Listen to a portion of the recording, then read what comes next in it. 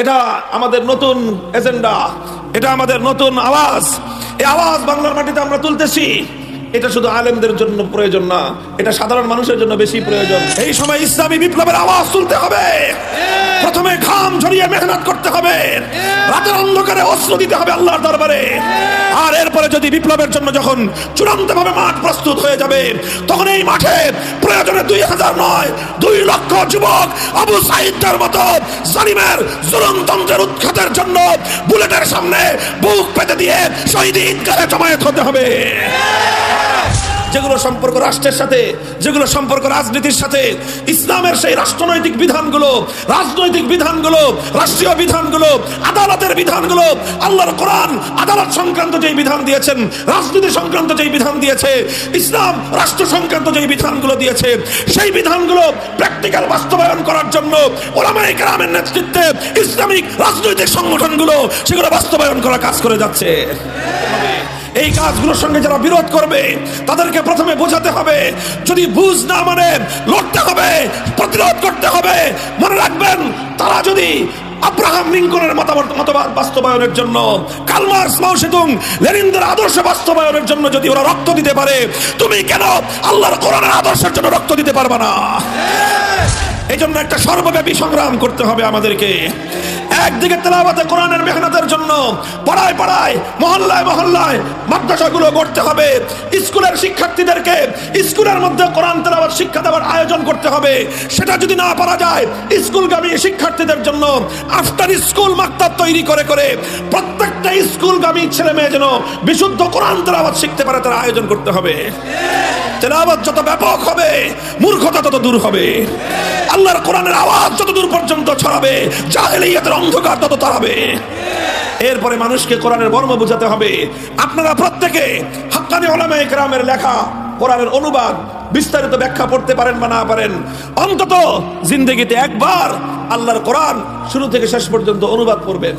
এই প্রাইমারি স্কুলগুলোতে মুসলমানদের যে সকল সন্তানরা সেখানে পড়াশোনা করে, ট্যাক্সের পয়সা দিয়ে, আমরা 90% মুসলমানদের ট্যাক্সের পয়সা দিয়ে শিক্ষা মন্ত্রণালয় চলে, শিক্ষা বিভাগ চলে, শিক্ষা বোর্ডগুলো চলে, বইপত্র আমাদের ট্যাক্সের পয়সা দিয়ে লেখা হয়, তৈরি হয়, শিক্ষক শিক্ষিকাদের বেতন আমাদের ট্যাক্সের পয়সা দিয়ে দেওয়া হয়।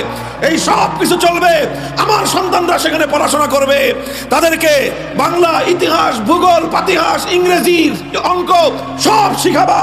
আল্লাহর কোরআনটা শিখাইতে গেলে তোমাদের এত সমস্যা? প্রতিটি প্রাইমারি স্কুলে বিশুদ্ধ কোরআন তেলাওয়াত শিক্ষা দেওয়ার জন্য একজন অন্তত সনদপ্রাপ্ত বিশুদ্ধ কোরআনের তেলাওয়াত সম্পন্ন একজন করে আল্লাহর কোরআনের কারি নিযুক্ত করতে হবে। এটা আমাদের নতুন এজেন্ডা, এটা আমাদের নতুন আওয়াজ। এই আওয়াজ বাংলার মাটিতে আমরা তুলতেছি।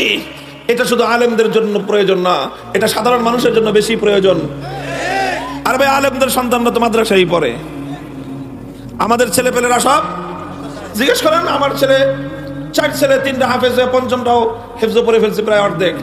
আইবি সাহেবের ছেলে মেয়ে সব হাফেজ। জিজ্ঞেস করে দেন, হুজুরদের বাচ্চাদের পড়ানোর জন্য স্কুলের দরকার নাই, মাদ্রাসাগুলো এনাফ। কিন্তু আমরা মনে করি যে মাদ্রাসার ছেলে যেরকম আমার ছেলে, স্কুলের ছেলে মেয়েরাও আমাদের ছেলে মেয়ে। কথা বলেন ঠিক না ঠিক? তো আমার মাদ্রাসার ছেলে যেরকম কোরআন শিক্ষার পাশাপাশি আমাদের মাদ্রাসাগুলোতে পর্যাপ্ত পরিমাণ জেনারেল শিক্ষা, ইংলিশ, বাংলা, অঙ্ক পর্যাপ্ত পরিমাণ যদি আমরা মাদ্রাসায় শেখাতে পারি, তোমরা ঘোড়ার ডিমের স্কুলের মধ্যে কোরআনের শিক্ষা কেন দিতে পারবে না?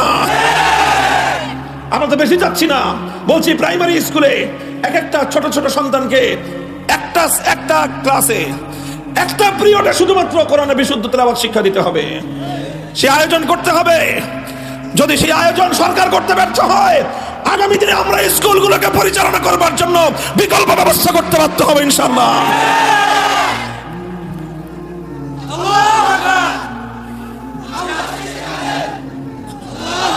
এটা 1 নম্বর কর্মসূচি, ইয়াতলু আলাইহিম আয়াতিহি। কোরআনের তেলাওয়াত সমাজ পরিবর্তনের বুনিয়াদি হাতিয়ার। 2 নম্বর কর্মসূচি ছিল আল্লাহর নবীর ওয়ায়ুআল্লিমুহুমুল কিতাব, তালিমে কিতাব। শুধু তেলাওয়াত করে আল্লাহর পয়গম্বর তার জিম্মাদারি খতম করেন নাই, বরং নবীজির 2য় দফা কর্মসূচি ছিল যে কোরআনকে তিনি তেলাওয়াত করেছেন, এবার তিনি সেই কোরআনকে ব্যাখ্যা করে কোরআনের মর্ম বুঝিয়ে দিয়েছেন। কোরআনের মর্ম বুঝিয়েছেন, কোরআনের পয়গাম দুনিয়ার মানুষকে আল্লাহ নবী বুঝিয়ে দিয়েছেন।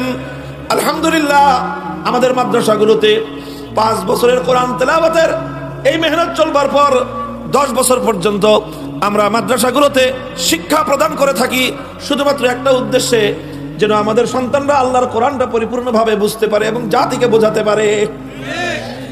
5 বছর, 2 বছর মক্তব, 3 বছর হেফজখানা, 5 বছর তেলাওয়াতে কোরআন শেখানোর জন্য, এরপরে 10 বছর তালিমে কিতাব, কোরআনের মর্ম, কোরআনের ব্যাখ্যা, কোরআনের অর্থ নিজে বুঝবে, জাতিকে বুঝাবে।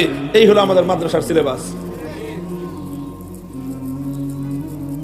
তাহলে এই কোরআনের মর্ম, কোরআনের ব্যাখ্যা তারা বুঝে, বুঝার পরে এই যে দেশব্যাপী তাফসীরুল কোরআন মাহফিল হয়, এই মাহফিলগুলোর মাধ্যমে কোরআনের মর্ম জাতির কাছে বুঝায় ওলামায়ে কেরাম।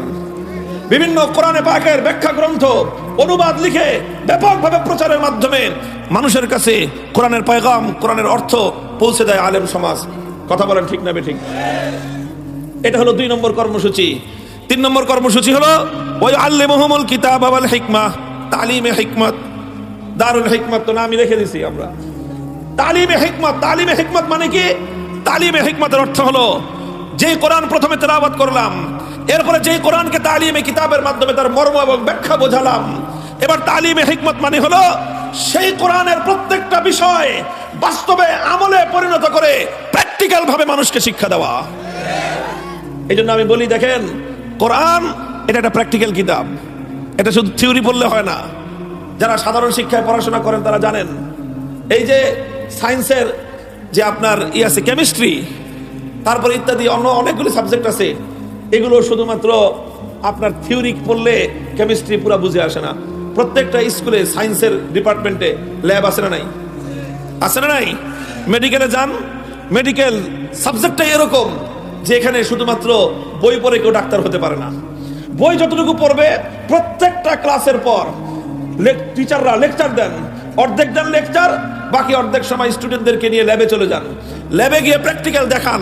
মানুষের মাথার চুল থেকে নিয়ে পায়ের নখ পর্যন্ত মানুষের সারা দেহের সমস্ত অঙ্গ প্রত্যঙ্গের সেখানে নমুনা আছে, সেখানে তার ডিজাইন আছে, সেখানে তার আর্টিফিশিয়াল এবং প্র্যাকটিক্যাল অনেক রকম সেখানে সিস্টেম আছে। এগুলো হাতে কলমে দেখায় দেখায় প্রত্যেকটা বিষয়কে শিক্ষা দেন। কথা বলেন ঠিক না বেঠিক? মেডিকেল যতটা প্র্যাকটিক্যাল সাবজেক্ট, আল্লাহর কোরআন তার চেয়ে বেশি প্র্যাকটিক্যাল সাবজেক্ট। এই জন্য কোরআন শুধু ব্যাখ্যা শুনে, শুধু অর্থ শুনে, শুধু অর্থ পড়ে কেউ যদি দাবি করে যে আমি আল্লাহর কোরআন পূর্ণ বুঝে ফেলেছি, বোকার স্বর্গে বসবাস করে।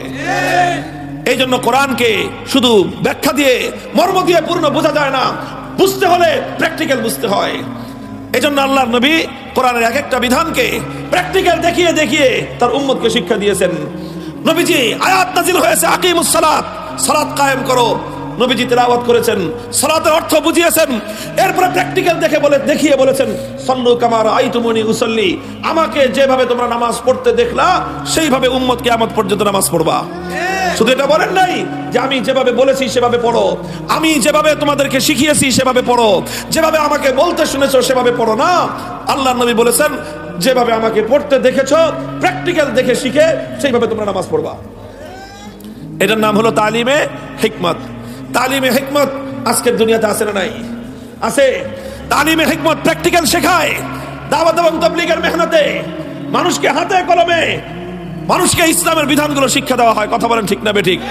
24 ঘন্টা কিভাবে একটা মানুষ আল্লাহর কোরআনকে পালন করবে, কোরআনের বিধান মানবে, সমস্ত ব্যক্তিগত জীবনের ক্ষেত্রে সেই বিধানগুলো কিভাবে পালন করবে, সেগুলো দাওয়াত এবং তাবলীগের মেহনতের মাধ্যমে প্র্যাকটিক্যাল শেখানো হয়।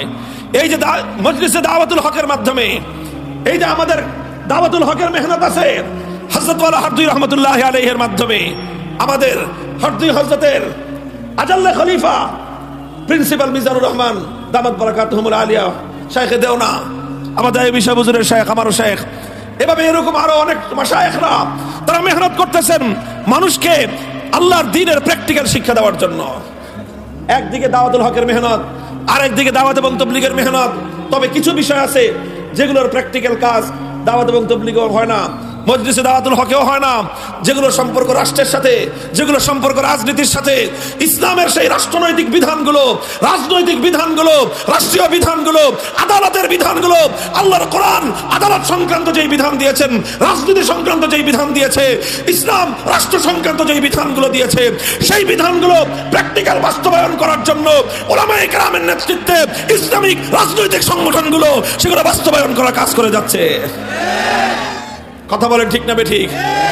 এই জন্য প্রত্যেকটা কাজ এটা ইসলামের কাজ, প্রত্যেকটা কাজ আল্লাহর কোরআনের কাজ। সর্বশেষ 4 নম্বর আল্লাহর নবীর কর্মসূচি হলো ওয়ায়ুযাক্কিহিম, তাজকিয়া। তাজকিয়ার অর্থ কি? তাজকিয়ার অর্থ হলো যেই কোরআনকে তুমি তেলাওয়াত করলা, যেই কোরআনকে তুমি মর্ম বুঝালা, ব্যাখ্যা করে বুঝালা তাফসীরের মাধ্যমে, এরপরে আমলের মাধ্যমে প্র্যাকটিক্যালি যেই কোরআনকে তুমি আমলে পরিণত করলা, সর্বশেষ দায়িত্ব হলো সেই কোরআনকে এবার তুমি তোমার আখলাক এবং চরিত্রে পরিণত করো। সেই কোরআনকে চরিত্রে পরিণত করা, কোরআনী আখলাক তৈরি করা, এটার নামই হলো তাজকিয়া। মুহতারাম হাজিরিন, নবী আকরাম সাল্লাল্লাহু আলাইহি ওয়াসাল্লাম এই 4 দফা মেহনতের মাধ্যমে তিনি সেই আইয়ামে জাহেলিয়াতকে পরিবর্তন করেছিলেন। আমরা এখন বাংলাদেশে অন্তত আমাদের এই ভূখণ্ডে একটা আমূল পরিবর্তন আনতে চাই কি চাই না? কারা চার হাত তুলেন তো, আল্লাহ কবুল করেন, হাত নামান। এটা শুধুমাত্র ক্ষণিকের আবেগ দিয়েই পরিবর্তন আসবে না, শুধুমাত্র হাত তুললেই পরিবর্তন হয়ে যাবে না, শুধুমাত্র স্লোগান তুললেই পরিবর্তন হবে না। এই জন্য একটা সর্বব্যাপী সংগ্রাম করতে হবে আমাদেরকে। একদিকে তেলাওয়াতে কোরআনের মেহনতের জন্য পাড়ায় পাড়ায়, মহল্লায় মহল্লায় মাদ্রাসাগুলো গড়তে হবে, স্কুলের শিক্ষার্থীদেরকে স্কুলের মধ্যে কোরআন তেলাওয়াত শিক্ষা দেওয়ার আয়োজন করতে হবে।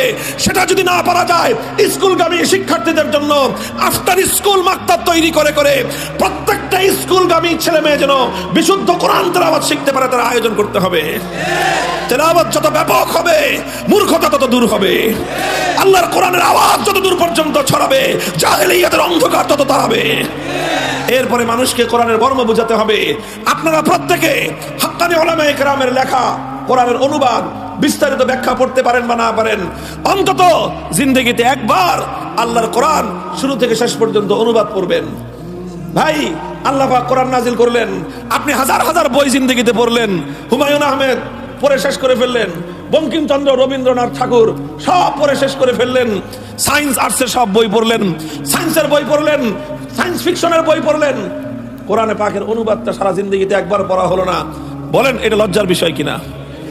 এই জন্য সাধারণ মানুষকে বলবো, অন্তত কোরআনে পাকের অনুবাদ, বিশুদ্ধ অনুবাদ, হাক্কানি আলেমদের লেখা অনুবাদ শুরু থেকে শেষ পর্যন্ত অন্তত একবার পড়বেন। এটা হলো তালিমে কিতাব হলো। এরপরে কোরআনকে শুধুমাত্র শেখার মধ্যে সীমাবদ্ধ রাখলে চলবে না, আল্লাহর কোরআনকে সমাজে প্রয়োগ করতে হবে। কোরআনের এক একটা বিধান বাস্তবায়ন করবার জন্য যা করতে হয় তাই করতে হবে। কথা বলেন ঠিক না বেঠিক? এই জন্য ইসলামী রাজনীতি এটা একটা গুরুত্বপূর্ণ শাখা, দাওয়াত এবং তাবলীগ গুরুত্বপূর্ণ একটা শাখা, মজলিসে দাওয়াতুল হক গুরুত্বপূর্ণ একটা শাখা। প্রত্যেকটার কাজ হলো তালিমে হিকমত, আল্লাহর কোরআনের এক একটা বিধানকে প্র্যাকটিক্যালি বাস্তবায়ন করা। এই কাজগুলো আমাদেরকে করতে হবে। এই কাজগুলোর সঙ্গে যারা বিরোধ করবে তাদেরকে প্রথমে বোঝাতে হবে, যদি বুঝ না মানে লড়তে হবে, প্রতিরোধ করতে হবে। মনে রাখবেন, তারা যদি আব্রাহাম লিঙ্কনের মতামত বাস্তবায়নের জন্য, কার্ল মার্কস, মাও সেতুং, লেনিনদের আদর্শ বাস্তবায়নের জন্য যদি ওরা রক্ত দিতে পারে, তুমি কেন আল্লাহর কোরআনের আদর্শের জন্য রক্ত দিতে পারবে না? আল্লাহু আকবার, আল্লাহু আকবার, আল্লাহু আকবার। ভেঙে দাও, উড়িয়ে দাও নাস্তিকের আস্তানা। আল্লাহু আকবার। এই জন্য নিজেদের মধ্যে এই একটা আত্মমর্যাদা বোধ তৈরি করবেন, ইসলামের জন্য একটা দরদ তৈরি করবেন। এই ভিজা কম্বল না, ভিজা কম্বল হবেন না, জ্বলন্ত বারুদ হবেন। ইসলামের উপর যখন আঘাত আসবে চুপ করে থাকা এটা ইমানদারের পরিচয় নয়। ইসলামের উপর যখন আঘাত আসবে, সাহাবায়ে কেরাম যেভাবে জ্বলন্ত আগুনের মতো, বারুদের মতো জ্বলে উঠতেন, আল্লাহর কোরআনের প্রতিটি আয়াতের ইজ্জত হেফাজতের জন্য, ইসলামের প্রতিটি বিধানের মর্যাদা রক্ষা করার জন্য সেভাবে নিজেদেরকে আগুনের মতো প্রয়োজনে জ্বলে উঠতে হবে। আল্লাহু আকবার, আল্লাহু আকবার। আর কোরআনী আখলাক তৈরি করার জন্য হাক্কানি মাশায়েখদের সাথে, উলামায়ে কেরামদের সাথে একটা সম্পর্ক রাখবেন, যেন আপনার চরিত্র, আমার চরিত্র, আমাদের আখলাক এটা যেন আল্লাহর কোরআনের আখলাকে পরিণত হয়। প্রস্তুত আছেন তো ইনশাআল্লাহ? ইনশাআল্লাহ। আমি বলতেছিলাম আমাদের বন্ধুবর মাওলানা খালেদ সাইফুল্লাহ আইয়ুবী সাহেব এই এলাকায় তিনি আপনাদের এখানে ওলামায়ে কেরামের প্রতিনিধি, জাতীয় পর্যায়েও তিনি কাজ করেন। তিনি জাতীয় পর্যায়ের ওলামাদের সঙ্গে প্রত্যেকটা খেদমতে গুরুত্বপূর্ণ ভূমিকা পালন করেন। আপনারা এই অঞ্চলে এরকম আলেম ওলামা যারা আছেন, বিশেষ করে আইয়ুবী সাহেব, ওনাদের নেতৃত্বকে সংহত করবেন, মজবুত করবেন। নেতৃত্ব সংহত করার অর্থ হলো এই, ওনাদের যে ধর্মীয় কার্যকলাপ আছে, ওনাদের যে সমাজ কল্যাণমূলক কার্যকলাপ আছে, ওনাদের যে রাজনৈতিক কার্যকলাপ আছে, ওনাদের যে খানকাহি মেহনত রয়েছে, আত্মশুদ্ধির যে কাজ রয়েছে, তালিম এবং শিক্ষামূলক যে কাজগুলো রয়েছে, প্রতিটি কাজ এক সূত্রে গিয়ে গেঁথে গেছে। আর সেটা হলো একটা বিপ্লব চাই, সেটা হলো ইসলামের বিপ্লব। কথা বলেন ঠিক না বেঠিক? 5ই আগস্টের পর আমি বলি একটা কথা, যে বাংলাদেশ এখন বিপ্লবের জন্য উর্বর। এই ফসলের মাঠ চাষাবাদের জন্য কিন্তু সবসময় উপযুক্ত থাকে না। কথা বলেন, বছরের 6 মাস মাঠ পড়ে থাকে, এখানে পোলাপানরা খেলে, এখানে নানা রকমই হয়, বন্যা হয়, এই হয় সেই হয়। চাষাবাদের উপযুক্ত মাঠ সবসময় হয় না। এরপরে যখন বর্ষার মৌসুম শুরু হয়, বৃষ্টির মৌসুম, একটা হালকা বৃষ্টি হয়, বৃষ্টি হওয়ার সাথে সাথে মাঠগুলো, ফসলের মাঠগুলো চাষাবাদের জন্য উর্বর হয়ে ওঠে। তখন দ্রুত সমস্ত ফসলের মাঠগুলোকে হাল চাষ করে চাষাবাদের উপযুক্ত করে দ্রুত যার যেই ফল ফসল চাষাবাদ করা দরকার সেটা বীজ বপন করতে হয়। যদি তখন কেউ বীজ বপন না করে আর এই মৌসুমটা যদি চলে যায়, তখন আর সে ফসল ঘরে তুলতে পারবে না। আলহামদুলিল্লাহ, জুলাই এবং আগস্টের বিপ্লবের মাধ্যমে আবু সাইদ, মুগ্ধ, সিফাত, জাহিদ, এই সমস্ত থোকা থোকা নামগুলো মুসলমানদের ইমানদার সন্তানেরা যেভাবে জুলুম এবং অত্যাচারের বিরুদ্ধে অকাতরে বুকের রক্ত দিয়ে বাংলার মাটিকে সিঞ্চিত করে দিয়েছে, এই মাটি এখন বিপ্লবের জন্য উর্বর হয়ে আছে। এই সময় ইসলামী বিপ্লবের আওয়াজ তুলতে হবে। প্রথমে ঘাম ঝরিয়ে মেহনত করতে হবে, রাতের অন্ধকারে অস্ত্র দিতে হবে আল্লাহর দরবারে। আর এরপরে যদি বিপ্লবের জন্য যখন চূড়ান্তভাবে মাঠ প্রস্তুত হয়ে যাবে, তখন এই মাঠে প্রয়োজনে 2000 নয় 2 লক্ষ যুবক আবু সাইদের মতো জালিমের জুলুমতন্ত্রের উৎখাতের জন্য বুলেটের সামনে বুক পেতে দিয়ে শহীদ ঈদগাহে জমায়েত হতে হবে।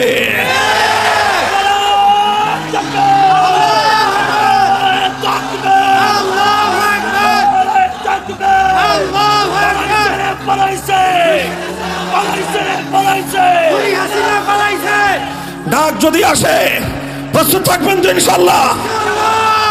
আল্লাহ পাক কবুল করেন। ওলামায়ে কেরামকে সামনে রেখে অতন্দ্র প্রহরী হিসেবে আল্লাহর দ্বীনের জন্য জান বাজি লাগাই দেব। কি বলেন?